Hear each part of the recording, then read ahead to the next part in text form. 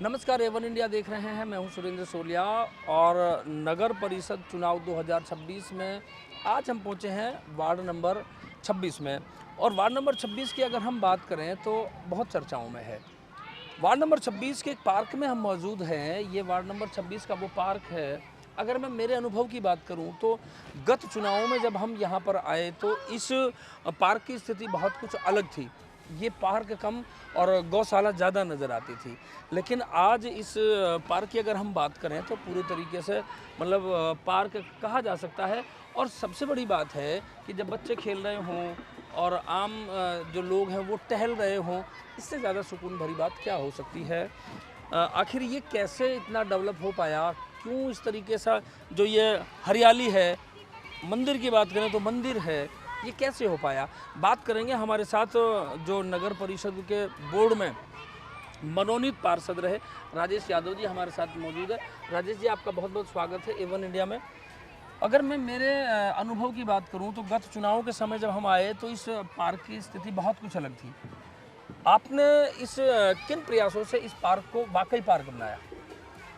धन्यवाद सुरेंद्र जी, आपका बहुत बहुत। जो आपने हमारे बारे में और सेक्टर बारे में कुछ सोचा, जो आज से 10 साल पहले की आज व्यवस्था आप बता रहे हो, ये वास्तविक उससे भी बहुत ही बेकार थी।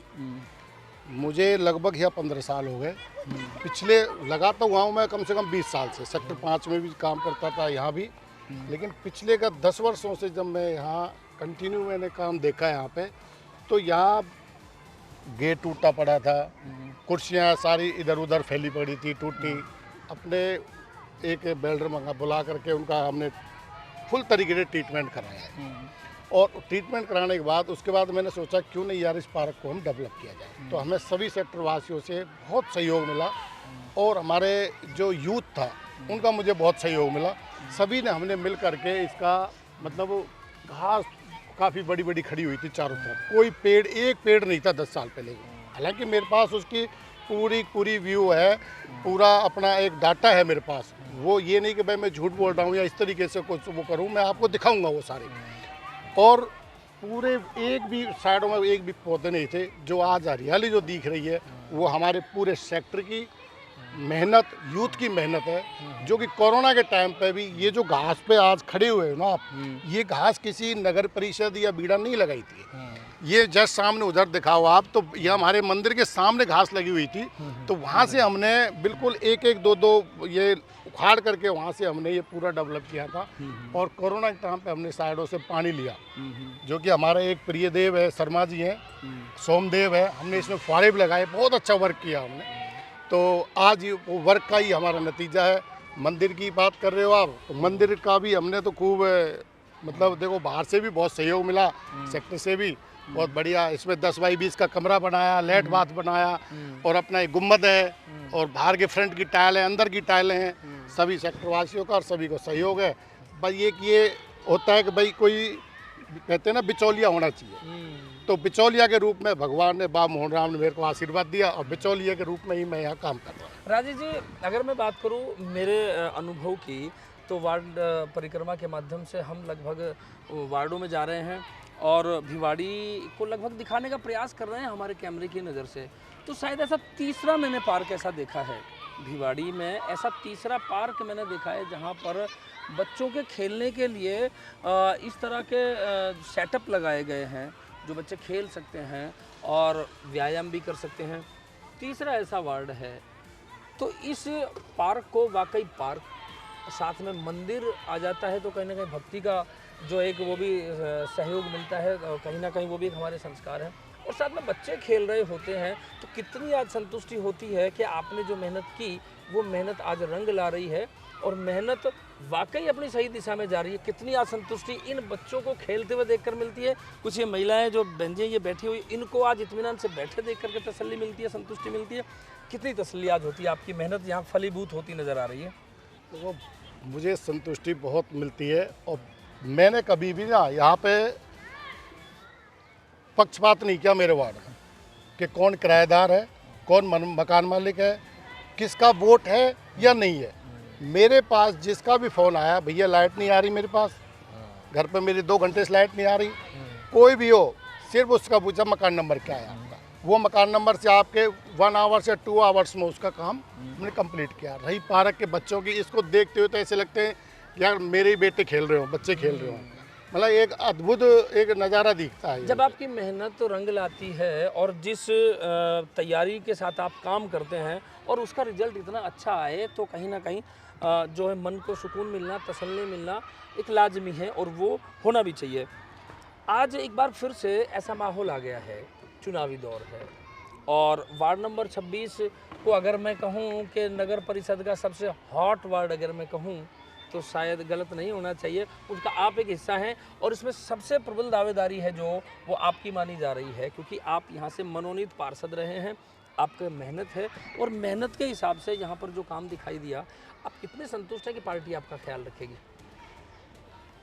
देखो सुरेंद्र जी, मैं तो एक पार्टी का सिपाही हूँ और पार्टी ने मेरे को एक छोटा सा पद भी दे रखा है और उस पद के नाते से अगर यहाँ पे एक छोटे से कार्यकर्ता की अगर देख रेख और यहाँ मेहनत को देखते हुए तो अपनी टिकट कटनी नहीं चाहिए और वो आदेश करेगी पार्टी, उसको हम करेंगे।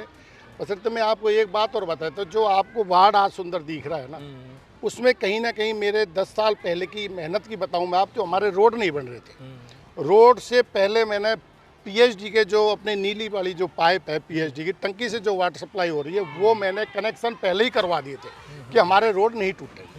रोड नहीं टूटने पे ये क्या है कि बाद में कनेक्शन होते हैं तो फिर वो रोड डैमेज हो जाता था। मेरे वार्ड में अभी तक कहीं भी घूम लो पूरे में कोई पेच वर्क नहीं मिलेगा।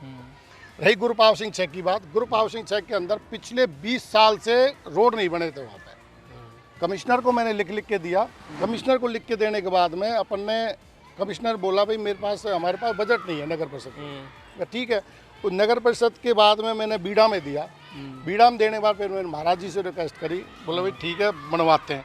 महाराज जी ने फिर बीड़ा सीओ को बोला कि भाई कैसे भी इस रोडों को बनवाओ। फिर हमने एक लेटर वहाँ से सेंक्शन कराया और बीड़ा ने नगर को, हालांकि नगर परिषद एरिया में आता है गुरुपाव सिंह छह, लेकिन बीड़ा ने रोड बनवाए हमारे। तो मैं तो नगर परिषद सीओ साहब को और महाराज जी को बहुत बहुत धन्यवाद देना चाहता हूँ कि जो कम से कम 20 साल से जो नहीं बने थे जो बन गए और आज वही गुरुपाव सिंह छह बहुत बढ़िया हो रहा है। वार्ड नंबर 26 की मैं बात करूं तो एक बहुत इंपॉर्टेंट विषय है, आपको भी जानकर हैरत होगी कि वार्ड नंबर 26 से जो भी इस समय लाइन में हैं उनमें ठेकेदारों का बहुत बड़ा चर्चा है और ठेकेदार सब अपने अपनी जगह पर किस किस तरह के ठेकेदार है वो वार्ड नंबर 26 से टिकट मांग रहे हैं और एक ठेकेदार राजेश यादव जी भी हैं जो लगभग शायद रिको के कॉन्ट्रैक्टर हैं और भी कुछ अपने सिविल के काम देखते हैं। तो कहीं ना कहीं उनको एक समझ थी कि काम को कैसे कराया जा सकता है, काम को कैसे कराया जा सकता है और काम में पेचीदगियाँ आती कहाँ है, उनको कैसे निपटाया जाएगा। वो राजेश यादव जी का एक एक्सपीरियंस था और वो एक्सपीरियंस कहीं ना कहीं वार्ड को काम आया। और आज मुख्य रूप से अगर हम वार्ड के साथ साथ में इस पार्क की बात करें, क्योंकि हाउसिंग बोर्ड या बीड़ा के जो भी सेक्टर हैं, बहुत सारे सेक्टर और वार्ड आज भी ऐसे हैं जहां पर जो पार्क हैं उनकी हालत बहुत ज़्यादा बदहाल है। लेकिन अगर कोई तो एक ऐसा हो कि जो उस मेहनत को पूरी जिम्मेदारी के साथ करे और पूरी सटीकता के साथ करे जिससे इस तरह का रंग आए। और साथ में अगर आपको जानकारी नहीं हो, तकनीकी जानकारी आपको ना हो तो उम्मीद किया जाना बड़ा मुश्किल है। राजेश जी, आपका जो एक्सपीरियंस है, आपका जो प्रोफेशन है, वो कितना आपको काम आया आपके इस समाज सेवा के काम में कि आप लोगों की सेवा कर सकें। और अक्सर काम में पेचीदगियाँ अगर आती है, कहीं पेच फंसते हैं तो कहाँ फंसते हैं, और वो आपको पूरी तकनीकी जानकारी थी। ये आपको आपका जो एक्सपीरियंस है वो कहाँ तक और कितना काम आया? तो एक्सपीरियंस तो देखो काम आता ही है सुरेंद्र जी। और देखो मैं बाबा मोहन राम का बहुत भक्त रहा हूँ और जैसे मेरे को तो मोहन बाबा पे विश्वास है हमेशा। और काली खोली वाले ने तो मेरे को इतना, मैं तो सिर्फ सुबह जगता हूँ और सोता हूँ, दो ही चीज़ मांगता हूँ कि मेरे हाथ से मेरे मुख से कोई बुरा काम मत करना। मैंने 2 यात्राएं करवाई सुरेंद्र जी, आपको नहीं पता हो तो मैं बता देता हूँ आपको। एक तो गोवर्धन यात्रा थी हमारी, निःशुल्क बस लेकर बिल्कुल सूचना मिली। तो उसमें अपन ने यहाँ बुजुर्ग गए, मुझे बहुत अच्छा सहानुभूति और उत्साह, मुझे मतलब प्रफुल्लित हुआ। और आज इस तरह के कार्यक्रम में आपके प्रेस नोट आते रहते हैं। तो उसमें क्या है कि फिर उसके बाद मेरा मन नहीं भरा। फिर मैं सोचा एक श्याम बाबा की यात्रा और हम कराते हैं। तो श्याम बाबा की भी यात्रा में हमने 5 बसें ले गए थे, जिसमें 3 बड़ी बस थी और 2 ये अपने टेम्पू ट्रेवल्स और 2-3 छोटी गाड़ियाँ थी। बड़ा आनंद हुआ, वहाँ भंडारा, वहीं पे भंडारा हुआ, बड़े आनंद हुए। तो इस तरीके से मैं सोचता हूँ कि भाई ये चीज़ें कार्यक्रम वगैरह ये जो तो दान पुण्य हो जाए, और भगवान से यही प्रार्थना करता हूँ कि भाई ये हो। और मैं एक चीज़ और बता देता हूँ, देखो ये चुनाव आते जाते रहते हैं, ये तो 5 साल में एक त्यौहार आता है, त्यौहार होके निकल जाता है, ठीक है, एक दिन का त्यौहार है ये भी। लेकिन मैं ये बता देता हूँ, मैं चाहे मैं आऊँ वार्ड पार्षद के रूप में या कोई और आए, तो मैं मेरे से भी वही बात कह रहा हूँ, और जो आने वाला कोई और भी हो उनसे भी यही, मैं उनसे सिर्फ हाथ जोड़कर प्रार्थना ये करता हूँ कि जिस हिसाब से मैंने 10 साल में मेहनत करके इस वार्ड को संजोया है इस तरीके से, तो वो इसको ज़्यादा गर्त में ना ले जाए और इसको और बढ़िया तरीके से प्रफुल्लित, बढ़िया मतलब आपकी मेहनत है साथ वो उसको आगे बढ़ाए। ये जो मैं पास में देख रहा हूँ, ये सफेद जो ये छठ पूजा के लिए हाँ, ये छठ मैया का रहता है अपने। हाँ, ये बहुत अच्छा उत्साह, क्योंकि जहाँ प्रवासी बिहार से आए हुए प्रवासी जो मजदूर रहते हैं, तो वहाँ उनका अपने आप में छठ पूजा का एक कार्यक्रम रहता है। तो उसमें अगर उनको छठ पूजा के लिए इस तरह का जो एक उनका एक प्रक्रिया होती है, अगर वो जगह ना मिले तो शायद अच्छा नहीं लगता। शायद आपने उनको पानी के लिए एक वो हौज भी वहाँ पर बनवाया है, जो एक शायद डूबते हुए सूरज को अर्घ दिया जाता है, जितना मुझे जानकारी है, हो सकता है कम जानकारी हो। बिल्कुल। तो यहाँ पर जो प्रवासी मजदूर हैं वो भी अपने जो पूजा पाठ के कार्यक्रम हैं, जो उनके एक पौराणिक और एक तरीके से उनका संस्कारी जो त्यौहार है, जो हमारे जो संस्कृति में त्यौहार चल रहे हैं, अलग अलग क्षेत्र में अलग अलग देवी देवताओं के और अलग अलग तीज त्यौहार आते रहते हैं, तो उनको भी कहीं ना कहीं इस तरह का यहाँ लगे कि वो आज अपने घर में हैं। इस तरह का माहौल आपने यहाँ पर दिया है। तो इस माहौल को देख करके क्या आपको लगता है कि क्या आपने हर वार्डवासी का दिल जीतने का प्रयास किया है? क्या आपको लगता है कि वो लोग आज संतुष्ट हैं? देखो सुरेंद्र जी, मुझे तो लगता है कि संतुष्ट है, ठीक है, लेकिन क्या है कि अब जो तो वोट वाले दिन पता लगेगी कि वो संतुष्ट कितने हैं कितने नहीं, ठीक है। और मैं तो सेक्टर वासियों से ही, मेरे वार्ड वासियों से यही प्रार्थना करता हूँ कि भाई ये 150 की जीत नहीं, 150 की जीत हुई तो समझो, ये समझो यार मैंने तो काम ही नहीं किया। जीत हो कम से कम नहीं तो 500 वोटों से प्रचंड जीत हो, तब जाकर के ये लगेगा कि मैंने वास्तविक में अपने वार्डवासियों का मेहनत की है मैंने इनके लिए। और मैं फिर आपको वादा दिला रहा हूँ, इसको नोट आपके इसमें कैमरे में हो रही है, आप 5 साल बाद फिर आ जाना इसमें, इस वार्ड को मैं वो वार्ड बनाऊंगा कि जो बाद में कोई सोचेगा नहीं कि हम यहाँ लड़ेंगे।